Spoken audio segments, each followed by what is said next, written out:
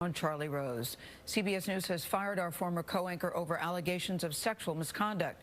CBS News President David Rhodes cited extremely disturbing and intolerable behavior as he announced the firing yesterday.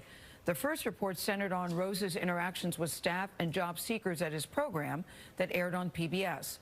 Now, in the course of reporting this story, we have learned of new alleged misconduct here at CBS. 3 CBS employees say Rose's unwanted sexual advances continued after 2011, later than previously reported during his time at CBS News. We learned about these cases not from the HR department, but from our own investigation of his behavior. The 3 CBS employees spoke on condition of anonymity. One says she's not ready for details of her allegations to become public. The other 2 described unwanted encounters with Rose at work-related events. One claims he groped her rear. The other says he grabbed her inappropriately and whispered a sexual innuendo in her ear. Our CBS News Communications Office issued a statement saying this is new information. Beyond that, we have no comment at this time. This is Charlie Rose.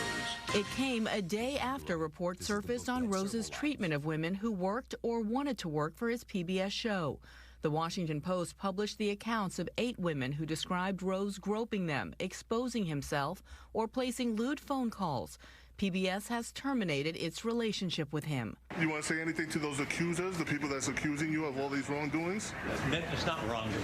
Rose's defiance Monday night was at odds with an earlier statement in which he said, "I deeply apologize for my inappropriate behavior. I am greatly embarrassed." Though he added, "I do not believe that all of these allegations are accurate." Former Charlie Rose show producer Rebecca Carroll tells us she witnessed inappropriate behavior at the Charlie Rose show, but there wasn't anybody to talk to, she says. There wasn't anybody to tell. A lot of times victims feel like they can't say anything. They don't say a word. Employment attorney Nicholas Fortuna explained why people in their situation might hesitate to come forward. Given a choice between the star and an underling, of course the underling's going to think they're going to pick the star. They're going to get rid of me. I'm replaceable. They're not going to make the accusation. They want their life. They want their career. A source with knowledge of Charlie Rose's firing says CBS News didn't know the specifics of the allegations in the initial Washington Post report before Monday. The source said, quote, "Everything that needs to be investigated, we're investigating." Rose hasn't responded to our requests for comment. It's surreal over the past 24 hours to be in that tracking booth recording these lines and these allegations about someone you know so well and care so much about. But we keep saying, as tough as this is, it makes it even more important that we continue to follow this story.